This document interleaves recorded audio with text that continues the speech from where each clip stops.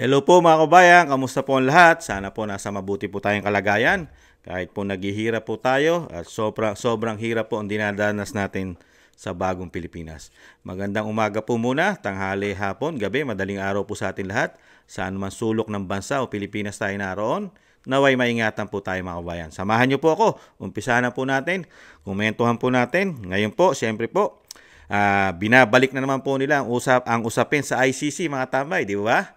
Nakita po natin, napakarami po nilang pantakip na ginagawa para po mailihis ang issue po ng korupsyon, lalong-lalo po ang ginawa nilang 2025 national budget at para po mailayo rin ang issue, usapin sa ginto, kung nasaan po at sino ang pinagbentahan at magkano ang pinagbilan at nasaan ang pinagbilan at syempre po ang issue po ng PhilHealth na bilyon-bilyon po ang nailipat. At napakarami pa pong issue ng korupsyon na dapat pong mailihis at hindi po ito mapag-usapan at malaman ng taong bayan mga tambay. Kailangan po nilang gumawa yata ng paraan, mailihis ang issue, kaya kailangan pong pag-usapang muli ang ICC mga kababayan.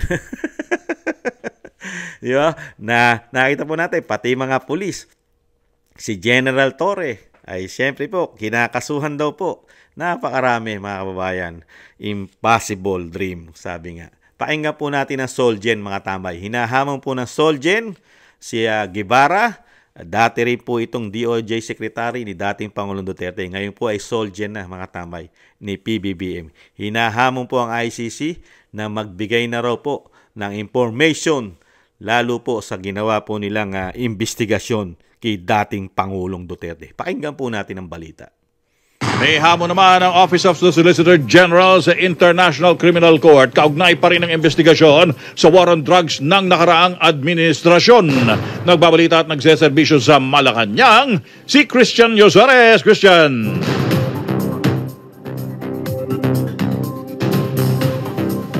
Report na magbigay ng mga nalalaman impormasyon sa pamahalaang Pilipinas kung talagang gusto nilang makatulong sa investigasyon sa mga karahasan ng kaugnay ng war on drugs. Sa bagong Pilipinas ngayong briefing namin ni Guevara na may mga natanggap silang ulit na naglabas-masok sa bansa ang mga investigador ng ICC noong nakaraang taon sa kabila ng hindi pagtugon ng gobyerno sa hiling na makapanayam ang 5 persons of interest sa kaso. Muling iginiit ng opisyal na hindi maipagtulungan ang gobyerno sa ICC pero hindi rin anya harangin o pipigilan ng pamahalaan ng ICC sa pag-iimbestiga. Binigyang diin ni Guevara na kumikilos na ang pamahalaan para imbestigahan at papanagot ang mga sangkot sa madugong war on drugs ng Administrasyong Duterte. Kung gusto niyo na makatulong, kayo ang sumuporta sa investigation ng Philippine government. Hindi kami ang tutulong sa inyo. Baligtarin natin. Kayong ICC, kung ano ang meron kayo, ibigay niyo sa Philippine government para kami ang makapag-prosecute kung sino ang dapat i-prosecute. Sa serbisyo mo sa Malacanang, Christian Torres para sa Teleradyo. Nakita niyo po, kailangan po nilang dalhin sa ICC ang issue mga tambay. Pati po ang dati pong nanungkulan po ito sa panahon po ni dating Pangulong Duterte. Ngayon po, talagang gigil na gigil po sila na pag-usapan po ang war on drugs mga tambay. Mismo siya, Solgen, wala po silang makita na mabigat na ebidensya o nilabag ang dating Pangulong Duterte na ang mga Pilipino ay maprotektahan sa narco-politics, sa nilalamo na po ang ating kabataan. Tayong mga Pilipino ay nilalamo ng bisyong droga. Karapatan po ng isang Pangulo na protektahan niya na hindi tuluyang maging narco-politics ang ating bansa. Laganap po nung panahon na pag-upo po ni dating Pangulong Duterte. Halos lahat po mga kababayan ay nasa ating bansa. Terorista, nandiyan, grupong CPP, NP, NDF, mga kriminal, mga pulis na kawatan, mga ninja cops, mga randing and tandem, mga drug lord, di ba? Mga politikong korap, politikong ginagamit ang droga, hanap buhay kasama ang mga kapulisan, ginagamit pong extra income nila ang droga, lalong-lalo po ang mga politiko. At nahandyan pa ang problema ng mga oligarko na hindi nagbabayad ng tamang buwis sa gobyerno. Halos lahat yan ay pinasan ni dating Pangulong Duterte ng 6 na taon Nalinis niya ang bansa lalo sa korupsyon ng mga oligarko, nasingil niya ang mga ito. Napakarami niyang nasingil, mga kababayan. Pero sa kabila nun, walang naka-appreciate na mga politiko na nagawa po. Pati po ang mga dating kaalyado, mga nagtrabaho po sa kanya ng 6 na taon, ngayon po ay talagang bumabaliktad na po yata, mga tamay. Dahil kaya sa kapangyarihan, pwesto, pakinabang, di kaya. At ang ICC po, mga tamay, ay may problema rin po ang ICC, mga kabayan. Dahil ang ICC po ay pinarusahan na po. Nagpataw po ng parusa sa ICC ang Amerika, mga tamay. Hindi po kasi pinagkakatiwalaan po ng Amerika ang ICC, mga tamay. Kasi nga ang ICC ay nagagamit po sa politika. Nagagamit po kasi sa politika ICC. Kaya po ang mismong presidente ng Amerika ay binagyan na po sila. Hindi na po sila katanggap-tanggap sa Amerika, mga kababayan. Tingnan po natin ang sinabi po sa balita tungkol po sa ICC sa Amerika, mga tambay. Kung paano sinabi. Nilagdaan ni United States President Donald Trump ang isang executive order na nagpapataw ng kaparusahan sa International Criminal Court o ICC dahil saan niya hindi makatwirang pag-target sa Amerika at Israel.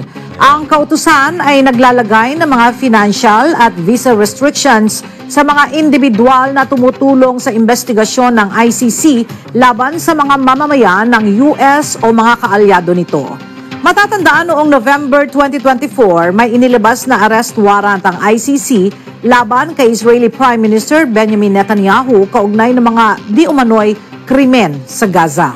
Binatikos ng White House ang ICC, sinasabing pinahina ng ICC ang karapatan ng Israel sa pagtatanggol sa sarili habang hindi pinapansin ang mga kilos ng Iran at mga anti-Israel na grupo.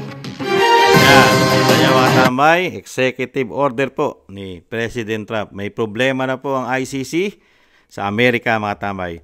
Lalong-lalo na po sa mga kaalyado nito. Hindi na po mabibigyan ng suporta. Siyempre, kasama na tulong, mga tambay. Kasama na tulong. Ngayon, nasaan po ang ICC ngayon, mga tambay? ang Pilipinas po ay kaalyado po ng Amerika. Di ba? Sa tingin nyo, ano pa po ang kakaharapin ng ICC? Dahil nga nagagamit po sa politika ang ICC. Nakita niyo po, alam po ng presidente ng Amerika yan, na talagang ICC ay nakikisawsaw sa politika. Ganyan po ang nangyayari sa Pilipinas. Di ba? Nakita niyo po ba ngayon? Ang mga makakaliwang grupo na CPP and PNDF ay nagsasalita po ba? At talagang maiingay pa ba sa issue ng ICC? Di po ba? Nananahimik po sila ngayon. Ngayon, binubuhay na naman po ni Solgen ang usapin po sa ICC. Tingnan po natin kung susundan po at magwewelga at magrarally po ang mga kaliwang grupo para po sa sinasabing papasukin na ang ICC. Paano papasok ngayon ng ICC sa bansa? Nagbanta na po ang Amerika na huwag pakikialaman, lalo na kasama ang mga kaalyadong bansa nito. Ang Pilipinas ay isang kaalyadong bansa ng Amerika. Ano kaya ang mangyayari sa ICC, mga kababayan? Kaya nga po yung sinasabi nga ni dating Pangulong Duterte, kung may nakikita kayong nilabag siya at talagang mali ang protektahan niya ang Pilipinas, protektahan niya ang Pilipino, dahil ang Pilipino ay nalalagay na po sa talagang napakasamang sitwasyon sa bisyo ng droga. Hindi lang po droga, mga kabayan. Dinala po tayo sa napakarami pong issue ang ating bansa. Di ba? Tapos ngayon, sasabihin po natin na ang ating bansa ay talagang dinala tayo sa problema ni dating Pangulong Duterte dahil nga sa war on drugs. Ang tanong nga po ni Kamanong, nasaan naman yung ating mga kababayan? Nasaan po kaya ang ating mga kababayan? Yung mga biktima naman po nito. Biktima po ng mga drug user, drug addict, biktima ng mga kriminal, biktima ng mga NPA. Wala po ba silang extrajudicial? Nagtatanong lang po, Solgen. Nasaan po? Wala po bang karapatan na magreklamo ang mga namatayan na mga Pilipino mga kababayan natin na namatayan ng mga biktima nito ng masasamang krimen sa bansa? Bakit po yung pagsugpo sa bisyo, lalong-lalo na po sa droga, ay talagang binibigyan nyo po ng napakalaking importansya? Pero ang mga biktima po ng mga gumagawa po ng masama, tinatangkilik po ang kasamaan, ay wala po kaming naririnig sa inyo, Solgen. At wala po kaming naririnig sa pamahalaan na kayo po ay against sa mga nangyari po, lalo sa mga ginagawa ng masasamang tao, mga kababayan. Di ba? Napakarami po kasi naging biktima. Di ba? Nahandyan ang mga randing and tandem ng mga panahon na yon. Ang CPP, NPA, NDF, ang grupong NPA, nahandyan. Ang mga terorista, nasaan ang mga biniktima niyan? Nasaan ang human rights? Di ba? Hindi po ba kami magwawala sa galit dahil yung ginawang proteksyon sa amin ni dating Pangulong Duterte na nagkaroon ng katahimikan ng 6 na taon ng aming mga barangay? At nung panahon na yon, mas takot kumilos ang masasamang tao, takot gumawa ng masama ang mga drug addict. Samantala ngayon sa bagong Pilipinas, ang mga drug addict na po ngayon na kinatatakutan namin. Baka kami saktan at pag minalas-malas pa, kitilim pa ang aming mga buhay. Kasi ngayon ay may proteksyon na po yata sila sa pamahalaan. Kasi pati po ang PNP chief ay nagsasabi na hindi po bisyo may tuturing ang droga. Ano pa po ang proteksyon na makukuha namin, mga kababayan? Wala. Kasi mismong pamahalaan ay ayaw supilin po ang problema po ng droga sa ating bansa. Bagkus, yung gumagawa po ng tama proteksyonan ng matitinong tao, siya pang pilit na gustong ipakulong sa ICC. Unbelievable. Good luck na lang po sa inyo, Solgen. Ang tao po ay hindi po tanga at bobo. Alam po ng Pilipino kung sino po ang leader na may pagmamahal sa Pilipino, may pagmamahal sa bayan, na ayaw na maging zombie ang mga Pilipino. Mga kababayan, isa na po yan sa pangunguna ni dating Pangulong Duterte. Ngayon po kasi, ang tutukan nyo po, Solgen po kayo. Ang tutukan nyo pong una, at paimbestigahan nyo sa ICC, at kayo naman po ay hinahanapan nyo na investigasyon ng ICC, Solgen, paimbestigahan nyo po ang Pangulong Marcos, lalo po sa issue ng droga. Sino po ang nagpapapasok din ng droga sa facility ng Malacanang, Solgen? Sino po ang utak? Bakit nakakapasok ang droga sa facility ng Malacanang? Putok na putok yan sa mainstream media, di ba? Inamin po yan ni Secretary Bersamin na nakapasok nga at nakapasok ang droga sa Malacanang, sa facility ng Malacanang. Di po ba? At tutukan nyo po yung issue ng droga, Solgen. At tutukan nyo rin po ang korupsyon ng bagong Pilipinas, lalo po ang ginto. Solgen, imbestigahan nyo po. Alamin nyo rin po, Solgen, ano na po nangyari sa ginto, ang reserve natin na sa kasaysayan po, nakapagbenta po tayo na hindi bababa raw sa 25 tons o toneladang ginto. Nasaan po ang pinagbilan? Sino po ang pinagbentahan? Ano ang pinaggamitan? Ibigay nyo pong report dahil hinahanapan nyo po ang ICC. Hinahanapan din po namin kayo ng report. Solgen, nasaan po ang report? Lalong-lalo po ang ginto. At lalong-lalo po ang 5,500 blood control. Billion-billion po yan. At nasaan din po ang report, Solgen, ng Maharlika Investment Fund. At nasaan din po ang report ng PhilHealth. At nasaan din po ang report ng 2025 National Budget na hindi bababa ang nilagay sa mga blanco na 241 billion, Solgen. Solgen Guevara. Solgen, hindi po tanga, bobo ang mga Pilipino, Solgen. Gising-gising po. Dati po kayong sekretary ni dating Pangulong Duterte. Alam nyo po kung paano magtrabaho ang mga Duterte. At alam nyo po kung paano magtrabaho si dating Pangulong Duterte. At kayo po, DOJ Secretary po kayo nung panahon na war on drugs. Never po kayong sinabi nyo po na ang madugong patayan ay hindi magandang ginawa ni dating Pangulong Duterte. Kasi kayo po ay isa po kayo sa mga sekretary, gabinete ni dating Pangulong Duterte. Wala po kayong yaw-yaw.